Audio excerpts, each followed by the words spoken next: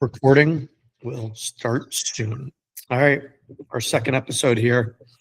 Hopefully everybody got some value out of the last one, which was, what were we talking about the last one? Oh yeah, association, Muslim, all that. Today is going to be about Maduro, Venezuela, and I appreciate everybody tuning in for our second episode. If you're watching this, we got Mike Mergio here, my father. My name's Anthony.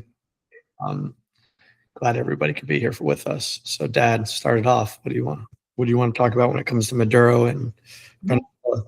Well, I was thinking about this, and really what I want to do with these discussions is, because being a Gemini as I am, I kind of can see two different ways of things. Oh, watch out.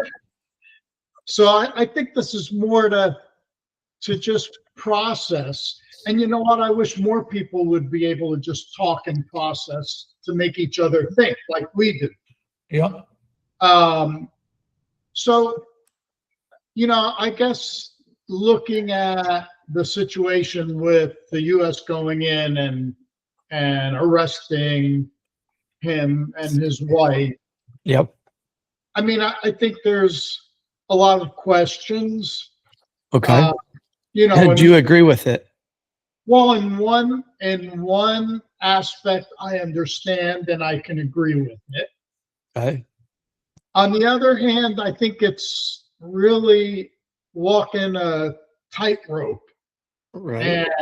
And so that's why I said something like this. I just want to be able to discuss it to help me get more centered with what I truly think. So, the administration's position is, well, the previous administration had indicted him, and we're just following through and making the arrest. They're saying that Biden indicted them and we're just making the arrest. Well, the indictment was prior to this administration. Okay. So then, yeah, we should just implement everything that Biden and his administration want to do. But I mean, I'm saying that's what the current administration's. I get what you're saying, but that premise means that because another administration started something or wanted to do something, that means that the new administration should follow through with it, right? Like if you take that at the principle, the like basic principles, it's the same thing. So what you're saying is the current administration is saying, hey, we're just following through with what the other guy started. And your question is, no, you were bringing up that's their justification. Like that's one of the things. Not necessarily my justification for it, but their justification, yes. Yeah, that's what I'm saying. Their justification for doing it. The Southern District of New York. Your audio is not great, but you can continue. I don't know if you're using your microphone or whatever, but yeah, I get it. So while you're possibly fixing that or not, I get what you're saying. Simply put, my perspective on that justification is, because some other administration started something and wanted to do something, and we just finished it off, then it's okay or justified, or like that's just a crock of shit to me, right? Like it's like, well, that's just it is, and it may be an excuse for them to do what they wanted to do and to be able to say, oh, we didn't start it. So but then there is the question, because if in fact he is a drug lord and a narco-terrorist, okay, then does that give the United States authority to do what they did? What are your thoughts on that? Well, I want to hear your thoughts. Well, I want to hear your thoughts. Well, my thoughts are, of course not, because then they can just label any leader of any sovereign nation whatever you want for any reason. Evidence, not evidence. We were blowing up boats there. because of drug trafficking, maybe that's just all a charade to, give us some type of justification. But at the end of the day, I look at everything like the golden rule, right? Like, would you want somebody else to do that to you, right? Like, so okay, let's just say he's a horrible guy and he's killing people or trafficking, drugs, whatever it is. Their justification to make it look okay is that, oh, he's sending drugs that are then killing our citizens here. Okay, well, if that is the underlying principle, then you should be going into other countries, Colombia or Mexico. There's probably a ton of countries, China, or you should just be going in essentially in the US. Like, you can go just drug lords in the US. They should be going exactly. Oh, they should go after drug lords in the US. Right, which is different. They may go after Mexico too. Yeah. So I mean, that's why I said it's a very thin line, and I don't know that I approve of what's being done. The difference is if it's a drug lord in the US, they're violating US law. The issue is when you're talking about an international, you're talking about a leader of a country, and you want to label them as whatever you want just to give you the justification to go in. What happens if they labeled Trump whatever they want to do, right? A fascist, and kind of like they did.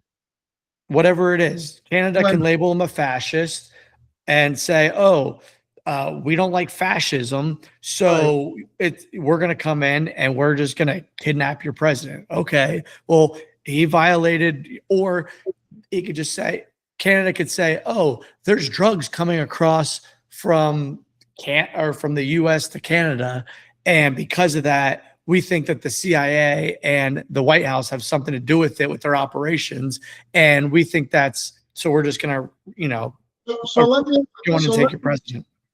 So let me then ask you this question.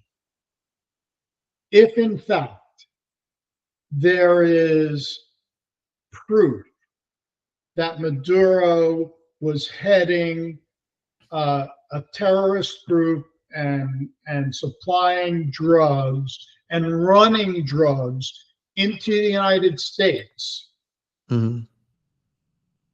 it's our job to protect our borders. It's not our job to go into other countries and forcefully do anything. That's it. Or else it gives the government unfettered power to just create something or not create something, but it just gives us the ability and the right and the justification to just go out there like we have been forever and getting involved with everybody else's business. No, just stop.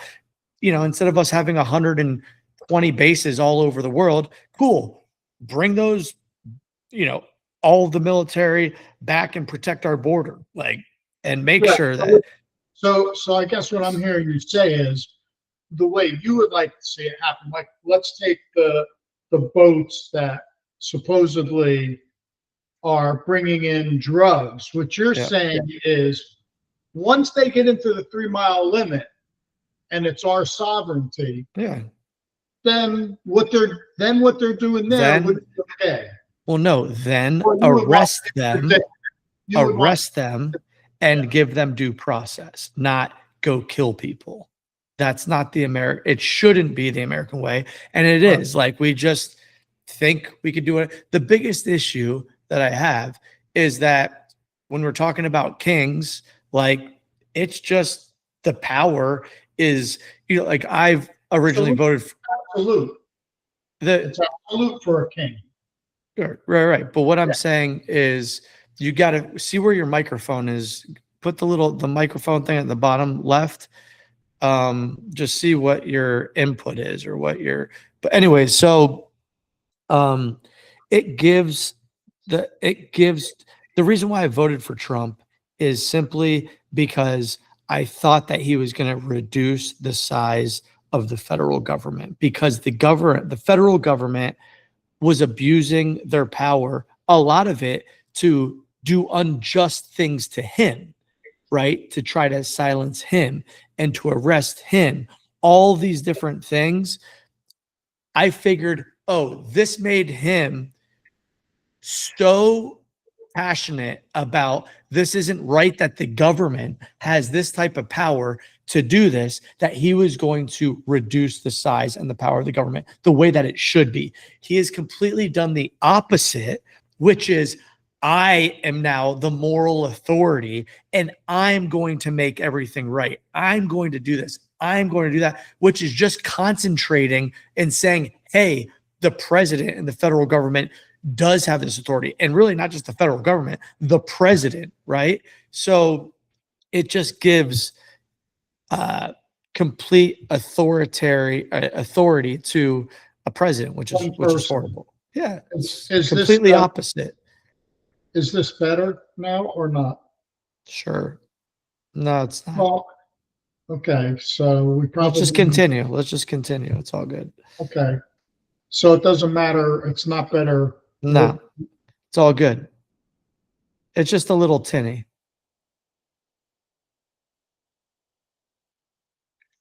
Well, somebody needs to send me a good microphone. All right. I mean, it's decent. Let's go. Yeah. So, and I look here. Here's the big problem, because we're kind of getting, in a different direction. Here's the problem that I see is that the government, whether they're Republicans or Democrats, they all create the problem. Right. And not only the president, and yeah, he's big, but the reality is nothing's going to get passed by the legislature. Nothing. There's not going to be any substantial bills. Nobody's got the guts to cut the deficit. I mean, we added $2 trillion to our budget during COVID. We never took that $2 billion off the table. It's still out there. So that's a big part of the problem. And whether it's Trump or anybody else, the problem is the government can't get anything done. And so we're getting off topic. Number one. Well, you kind of went into this about one person controlling it. I think what's happened is he's doing that because he can't get Congress to do anything, and Congress can't do anything. They're gridlocked. What do you think makes? First of all, do we want to talk about Maduro, or are we just going to go off? Because I'm good to go off on a tangent. But yeah, well, no, I mean, we kind of led to this, and Maduro, we're kind of almost in the same boat, so to say. Well, no, because I disagree with what you're just saying about the government. So we can go into it, but what do you think separates us from many other nations? Like, what separates the U.S. When it comes to the government compared to other governments around the world, or things like that? Like, what do you think makes it? There are so many different.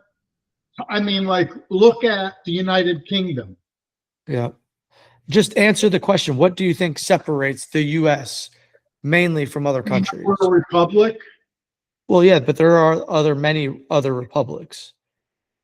Tons of republics. I don't know that there is. I mean, our Constitution, of course.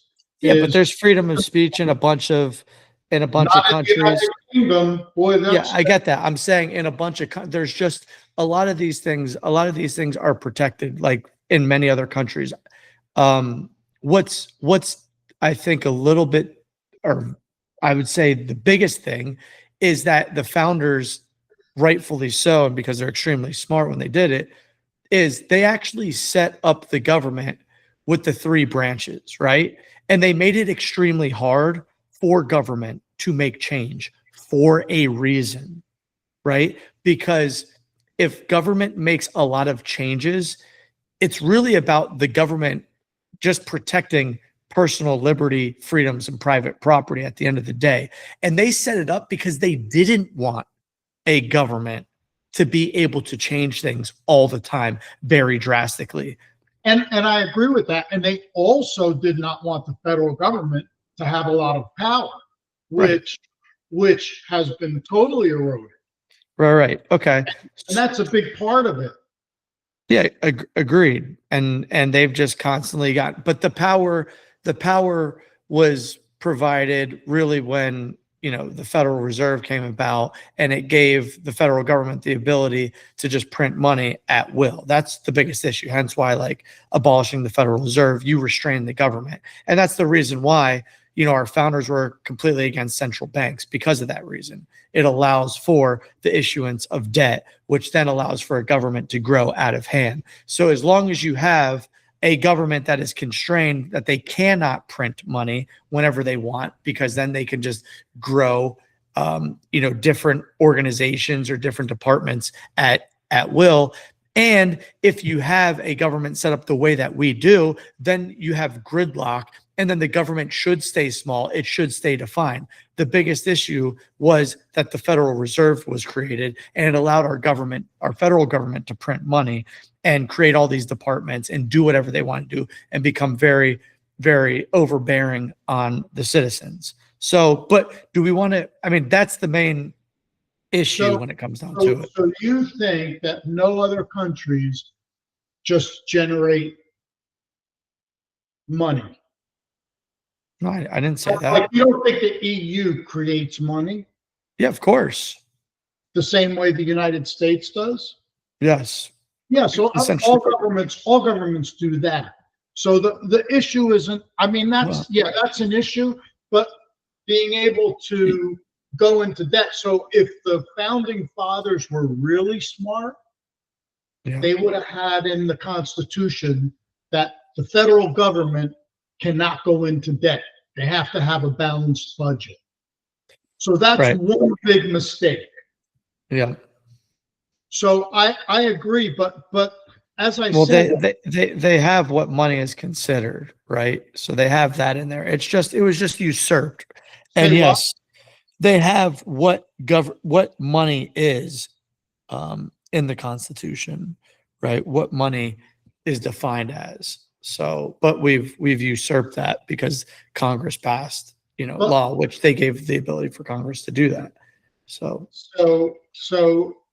it's kind of all tied together. So what I was kind of getting to, which I'm not saying it's right or wrong, but what I see happening, especially in this administration, because our legislative branch of government is so disjointed that they can't come to agreement on anything. So what happens in a situation where you have someone or a group that can't make decisions? Well, guess what happens? Somebody comes in and assumes that power. And that's what Trump is doing. No. If something is a large enough of an issue, they know that Congress will come together to handle it. If somebody attacks the United States, Congress will come together. So what you want to do is you want to lower the bar right now because Trump is there. So you have to look at. Wait. Let me just finish my point. I didn't say I wanted to. Look, I'm basically, if somebody asked me, what are you? I would probably say I'm a libertarian. No, Dad, just hear me out real quick. I believe you were making a point. Your point was that when there is gridlock in the Congress, in the legislative branch, that somebody has to do something. That same premise, take it to when Biden was in office. You can't just say those things and say, oh, because now Trump, somebody's got to do it. So, because if that is what you believe, hold on a second, then when it's happening, when Biden's in, essentially it just gives the power to whatever president is in at that time. What I'm saying is the reason why our country was set up the way it was is because our founders knew that a large government that could move quick would actually do much more harm than good over time. So it's very easy to make the point that when the Congress can't do anything, and now that Trump's in, Somebody's got to step in and do it. If you take it to the flip side and Biden's in, or a liberal that wants to just give redistribution of wealth in, well, somebody's got to do it, right? Like Congress isn't going to move. So you can't. You're taking what I said a little bit out of context, because my point is, when there is a vacuum, something tends to fill that vacuum. And it doesn't matter whether it's Trump or Biden or Reagan or Bush. What's the vacuum? Explain to me a vacuum. The vacuum is that one of the branches is ineffective and not doing their job. So what happens is there's a vacuum there because legislation isn't happening. There's no controls. They can't vote to say, no, Trump, you First can't of all, do that. No, Biden, you can't do that. Right now, okay, Republicans have the House, the Senate, the presidency, and the Supreme Court. Okay? So if you're saying that that isn't good enough right now, then just abolish what we set up. Well, the problem is they would have to use the nuclear, because right now you can't pass it with a pure majority. So although they have the House and the Senate, they don't have the required votes to pass it the way it normally would be done. And that's a 2/3. I think it's 2/3. It's not a simple majority. They would have to go to the nuclear. So let's just get down to the fundamental level. Fundamental level is, to me, I'm good with gridlock because I think gridlock is a healthy thing. I think that it doesn't allow for the government, the federal government, to make new laws very quick, which is what the founders did, because they didn't want a large federal government to essentially dominate the entire country. We were founded as states' rights for a reason, because having many different states that have their own governments that can do what their constituents want and vote for is much better than having a federal government making laws for the entire country. So just to clear my point, all I'm saying is I think that gridlock is a healthy thing. You think that it's not. And that's the fundamental difference. I don't even agree with that. I'm saying that the nature of things is look, it's no different. I have been in a situation personally, and I'll tell you this situation. So let me just ask you this. Do you think gridlock is healthy or not? Like, I'm just talking about how government, you're saying it's gridlock now. I'm saying it's healthy. And it seemed like before you're saying somebody needs to step in. I just want to know your opinion on that. Simply that. Don't go off on a tangent. What I think is, for government to be effective, you don't want gridlock. That's not saying that I think you should have more laws, because at the basis of it, I think that the federal government should take care of our national defense, coin money, take care of interstate transportation, like the air traffic control, things like that. But let me just go ahead and say what I was going to say. I was in a position where, working in a large environment with many different departments, and there were a lot of people that wouldn't make a decision. Okay. Well, decisions had to be made.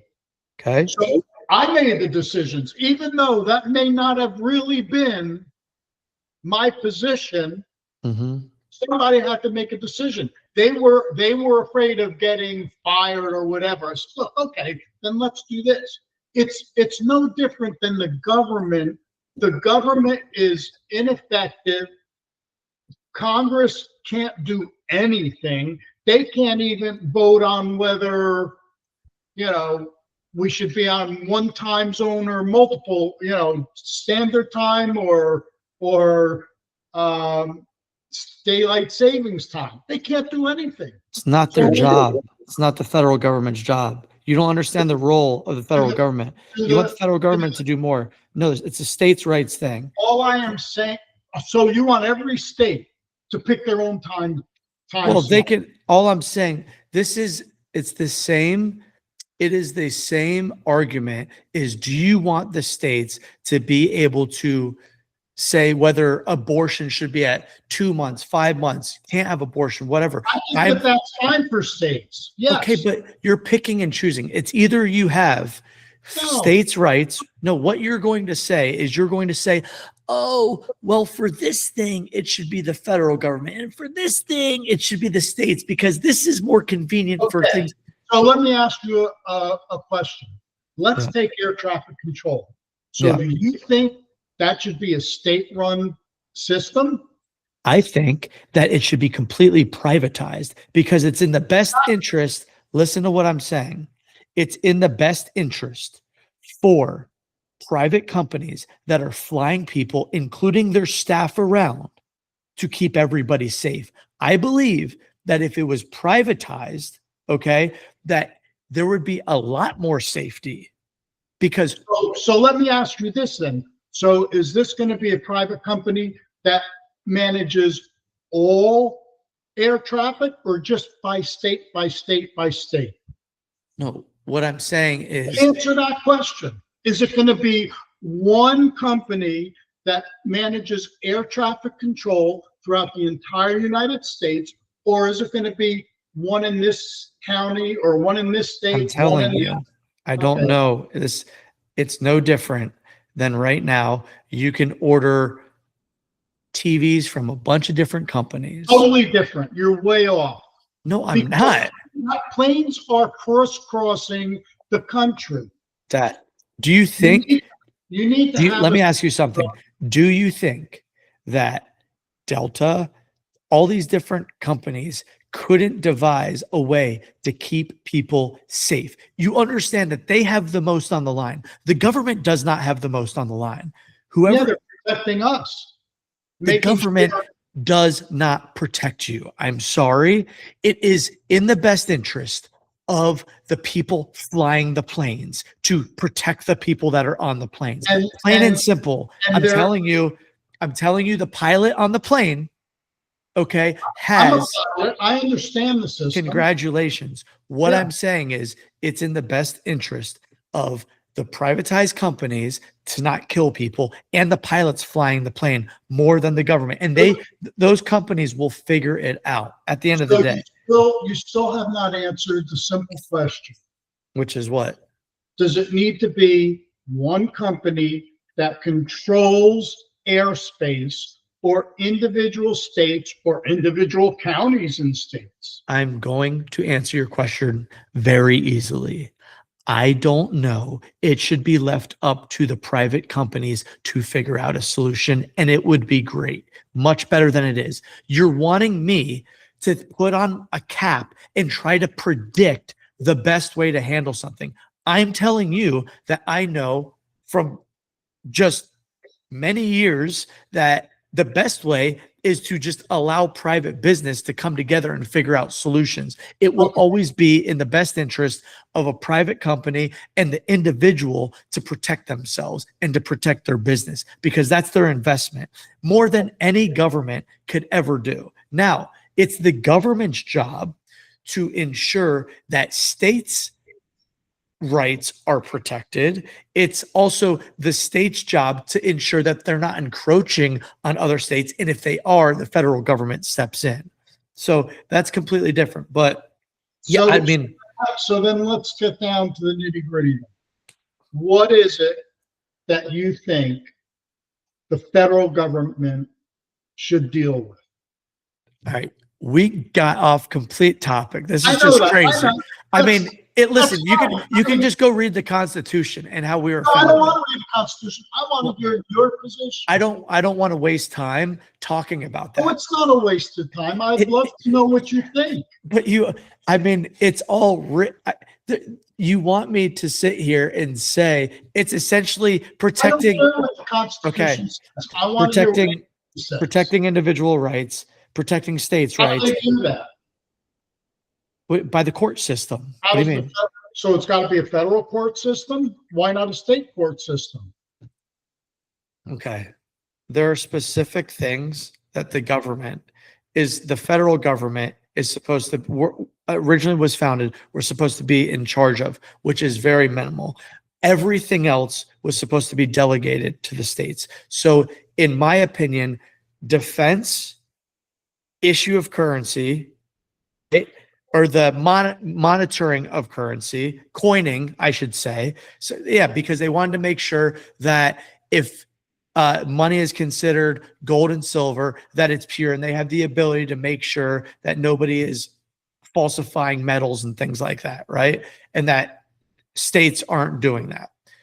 Then defense is the next thing, making sure that it's protecting our borders. And for the most part, that's it. And ensuring that the states don't impede on the citizens' individual rights, and making sure that the states don't impede on the other states' rights.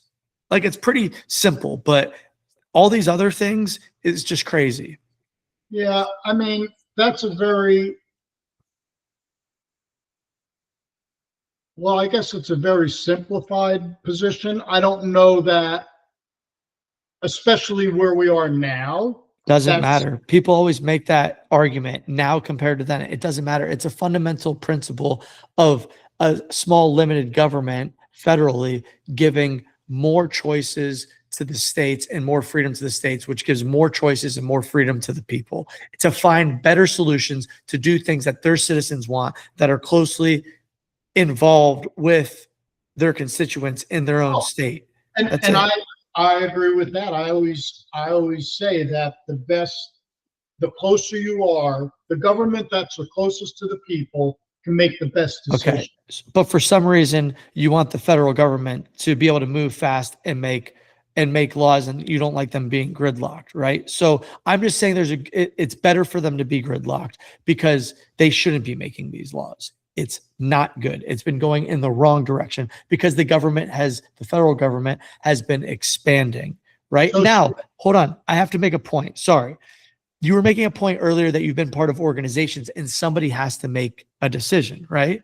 This is completely different than the role of a federal government and what I think the role should be. So you can't say, oh, well, you're a CEO of a company and you got to make decisions. Yeah, that's cool. It's a private company. I own it. I control it. That's good. That is a different role than a federal government. Every single society has different roles for different things. So we're talking about the federal government's role, which is different than being a principal of a school. It's different than being a governor of a state, and it's different than being a CEO.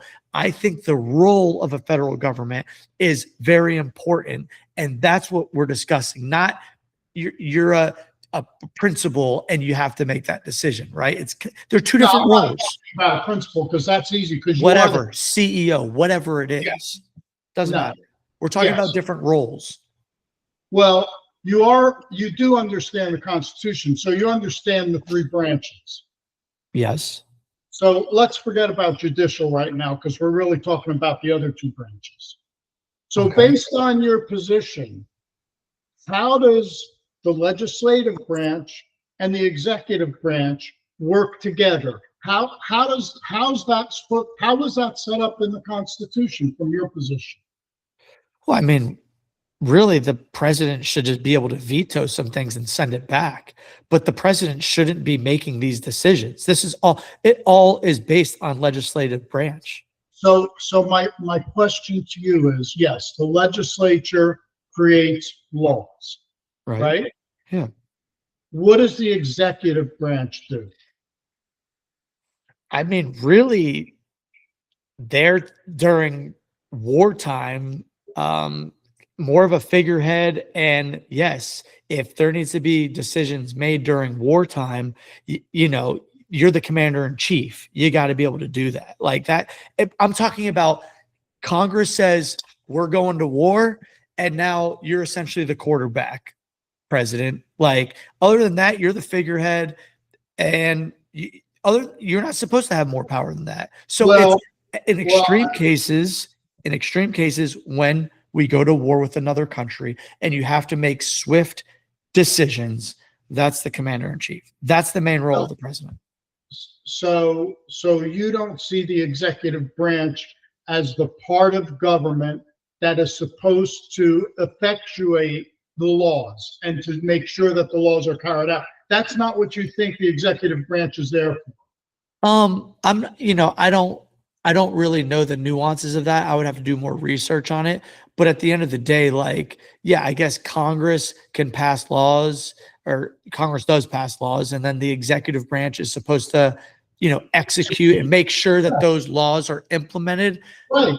That could be the way that it's supposed to work. I really don't know this. Well, at the end of the day, how it's supposed to work. At the end of the day, cool. At the end of the day, I'm talking about laws being created, right? Because that's the most important thing. Whoever executes those things, cool. Like if it's the legislative branch, or if it's the executive branch, or if it's some organization that the legislative branch puts in charge of it, I don't care who executes those laws. I care about the origination of those laws and why they're created and what that does, not what ends up happening after the fact. Like that's a step forward, if that makes sense. Like, well, I hear you saying that you think less government is better, and I don't tend to disagree with that. I think there's way too much government. So, but I do think that government has a little bit more of a role than you think. The federal government has a little bit more of a role than you think they do. Yeah, that's cool. So, and I'm glad you made that distinction, because I'm not against government. I'm against big centralized government. I'm actually for more governments, smaller governments, right, than a big centralized government, because more small governments means that more people that are closer to their government have more of a say, and you have more options, more freedom. The difference between Tampa and St. Pete, it's great. There's a big difference just between a bridge, 30 minutes. And that is beautiful, because the citizens of that city want something different than Tampa. Same thing with Florida compared to New York, compared to California, all these different things. So let me ask you this. Do you not think there are major differences in states and how they do what they do as state governments? In other words, you make it sound like it's this one monolith that all of the states are doing the same things because of the federal government. It's obviously not. So then, although we have this big government, they really don't have that big of an impact on states. Yeah, they have a major impact.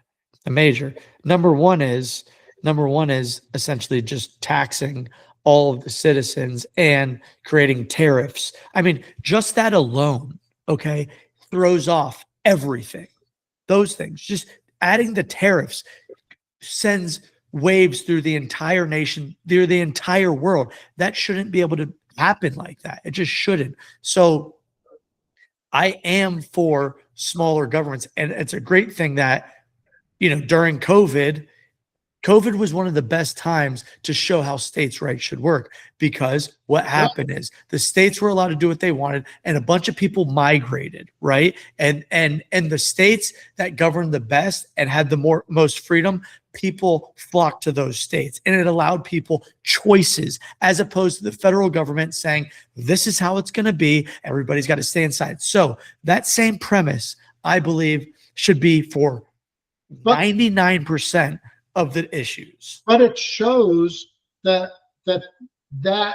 is what happens, that states can control their destiny for the most part. Not when the money, the coffers, when the printing of money is controlled at the federal level, it completely sways off the power of states' rights. The federal government, listen, the reason why lobbyists, there's so much money that goes to DC is because most of these lobbyists know, hey, listen, I'm a pharmaceutical company.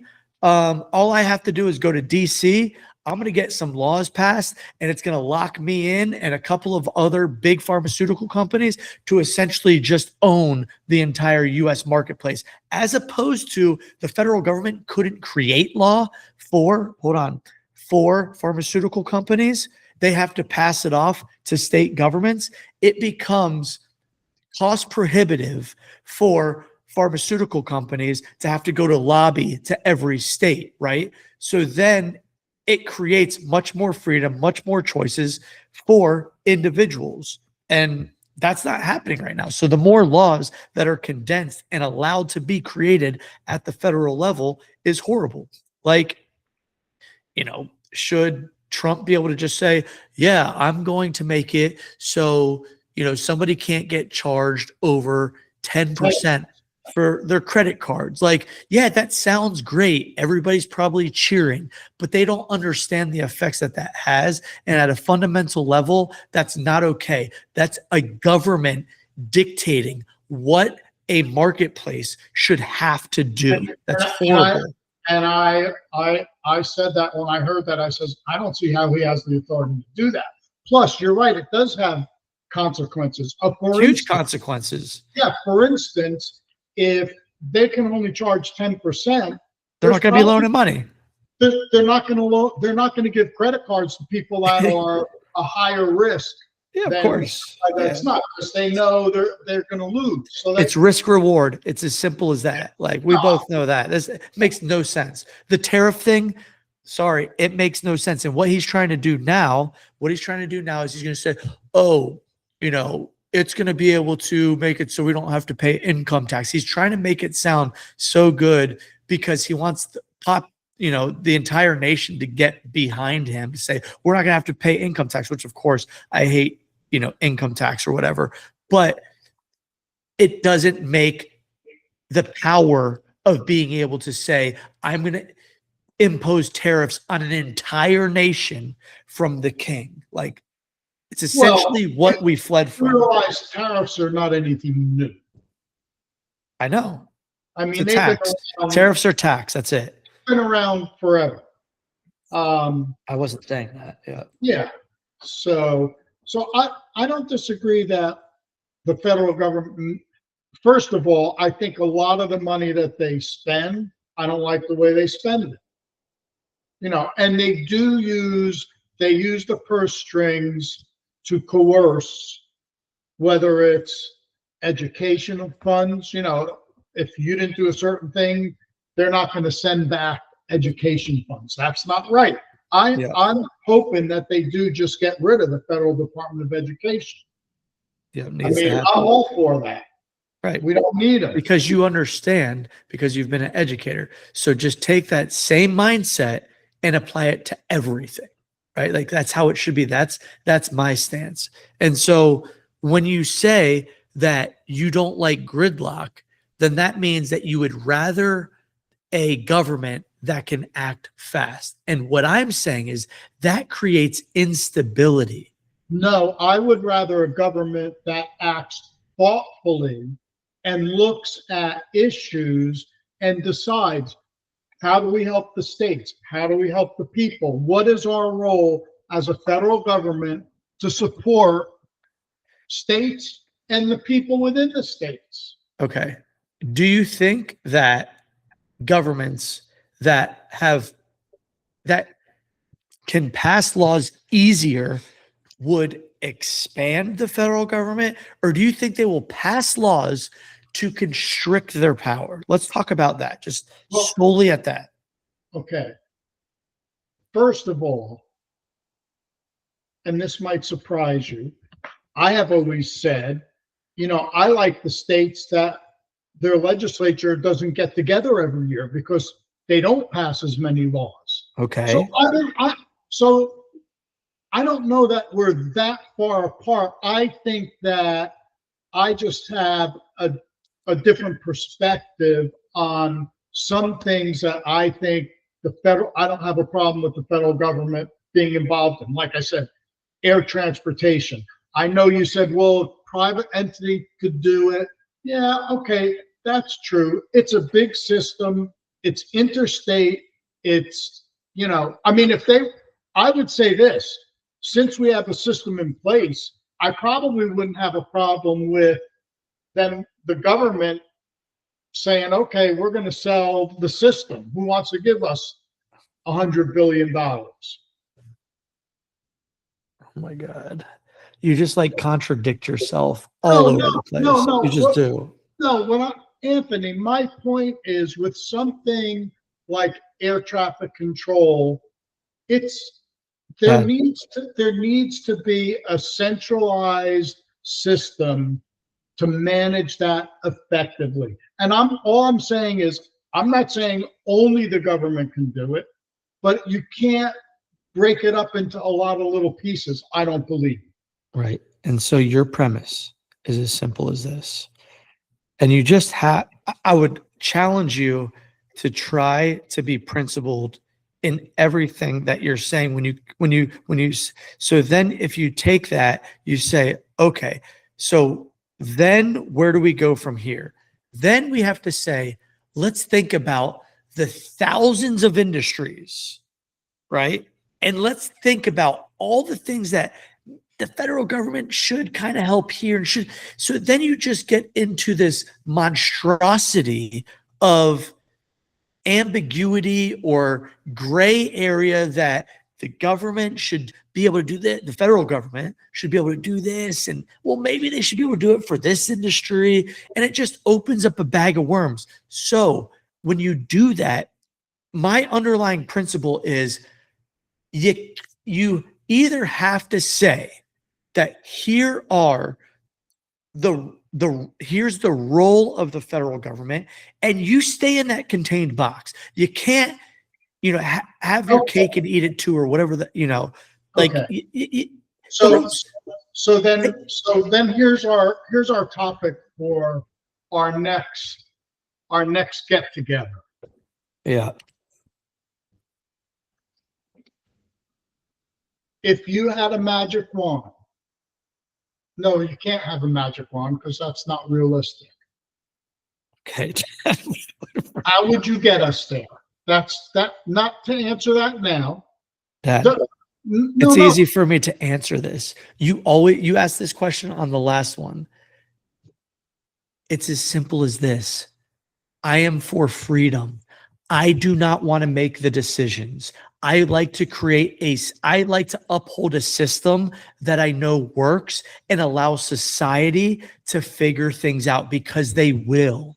Okay. Because individuals with their best interest in mind, okay, there is always a give and take. It's not in the best interest of somebody to go kill people to get ahead in life, or to screw somebody over in business, because those people end up not getting ahead. So at the end of the day, you want me to make a decision how I would orchestrate things. I don't do that. I am opposed to that. It's completely. I understand, but your desire is one that I don't see how we can get there from where we are. Yeah, that's what I'm saying. Because all those laws. It's extremely. I could answer that question. Okay. Answer that question. It doesn't have to take a long time. You don't allow the federal government to print money. That's number one. That constrains them. That's pretty much the number one. And if you did that, it wouldn't allow that. It wouldn't allow them to go into debt, which is then taxation on the individual because of devaluation of the currency. Okay, go ahead. They can still sell bonds. They can still get debt. It's not merely printing money, turn on the printing press.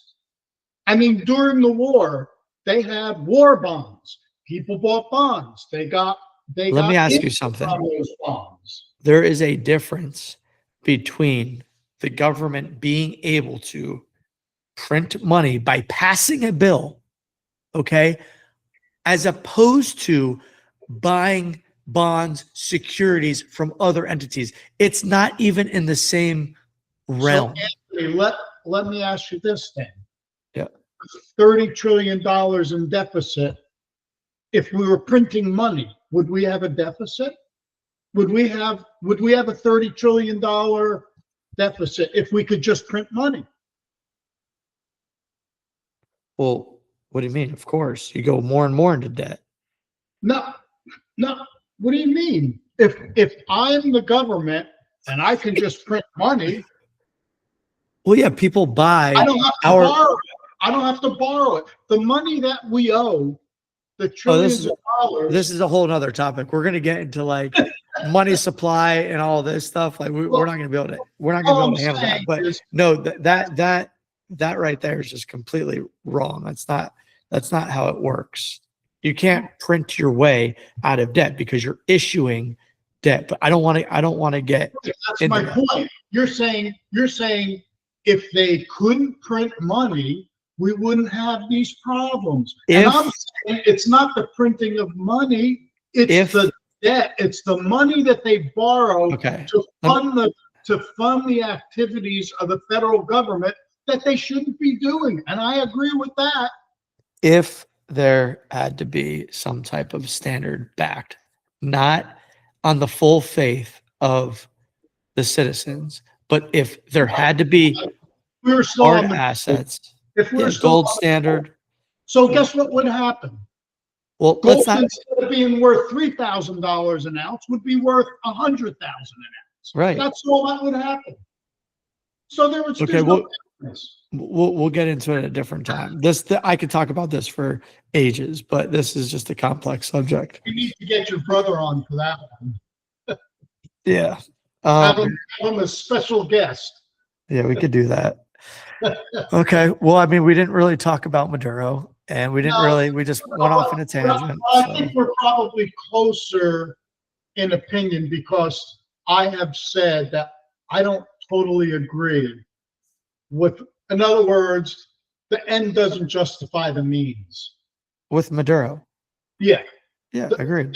That's my. Well, it gives the right to every other country in the world to just say, "Hey, we got this indictment, and our country thinks that Trump is a bad guy, therefore we have the authority to just go in." Like, plain and simple. That's a simple one for me. So, all right, good stuff.